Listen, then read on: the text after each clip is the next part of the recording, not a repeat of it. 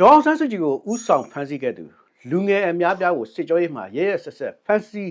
ညှဉ်းပန်းနှိပ်စက်သူဗိုလ်ရဲဝင်းဦးဟာအခုခါမှာကာကွယ်ရေးဦးစီးချုပ်ဖြစ်လာပါပြီ။ဗိုလ်ချုပ်ကြီးရဲဝင်းဦးဟာဒီမက်လာတဲ့မှာ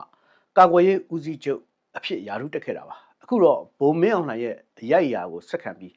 စစ်တပ်တစ်ခုလုံးရဲ့ကာကွယ်ရေးဦးစီးချုပ်ဖြစ်လာပါတယ်။မြန်မာတပ်မတော်ရဲ့ထိပ်ဆုံးနေရာဖြစ်တဲ့ကာကွယ်ရေးဦးစီးချုပ်ယာရုကိုသွားလေသူကာကွယ်ရေးဦးစီးချုပ်ကလွှဲပြောင်းပေးရလေရှိတာဟာသူတို့တက်ရဲ့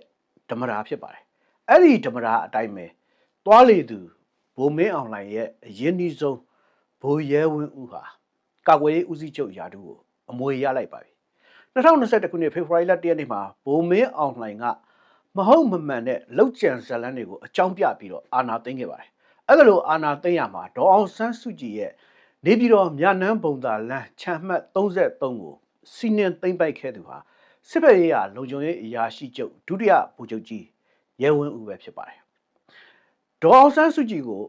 ဖမ်းဆီးခဲ့တဲ့စစ်ဗိုလ်ဟာ9နှစ်အကြာမှာကာကွယ်ရေးဦးစီးချုပ်ဖြစ်လာတယ်လို့ဆိုနိုင်ပါတယ်။ဗိုလ်ရဲဝင်းဦးဟာ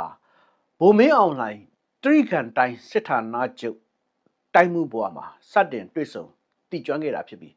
စစ်တပ်ထုံးစံအတိုင်းဝတ္တရားမပြတ်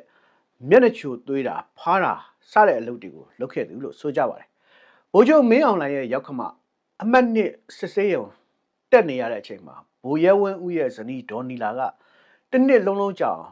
လူနာဆောင်လုပ်ပေးခဲ့တယ်လို့ဆိုပါတယ်။ဒါတွေကစစ်တပ်ထုံးစံတွေပါ။အထက်လူကိုအောက်လူကဖားရရုံသာမကအထက်လူမိန်းမကိုအောက်လူမိန်းမကလည်းဖားရပါတယ်။စစ်တပ်လောကဖားလောကပါပဲ။ဗိုလ်ရဲဝင်းဦးရဲ့ဇနီးကဒေါ်နီလာဖြစ်ပြီးတော့သမီးက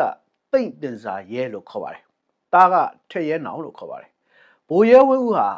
ညှိနှိုင်းကိုကရေမှုကြီးရည်လေဗိုလ်ချုပ်ကြီးမောင်မောင်အေးနဲ့ခမိခမဲ့တော်ဆက်ပါတယ်စစ်တပ်ထုံးစံမှာရှေးခေတ်ကဘရင်တွေလိုပဲသမီးတော်ဆက်တာပြီးတော့တန်ကင်းတမန်ကင်းတိဆောက်လို့ရှိပါတယ်သမီးပေးတမက်ယူစီးပွားဆက်တူလုပ်လို့ရှိပါတယ်ဒါဟာအစင်လာတစ်ခုပါအဲ့ဒါလို့အစင်လာမပြည့်ရအောင်သူသမီးတိတ်တင်စာရဲကိုဗိုလ်ချုပ်ကြီးမောင်မောင်အေးရဲ့အသားနဲ့ပေးစားထားတာဖြစ်ပါတယ်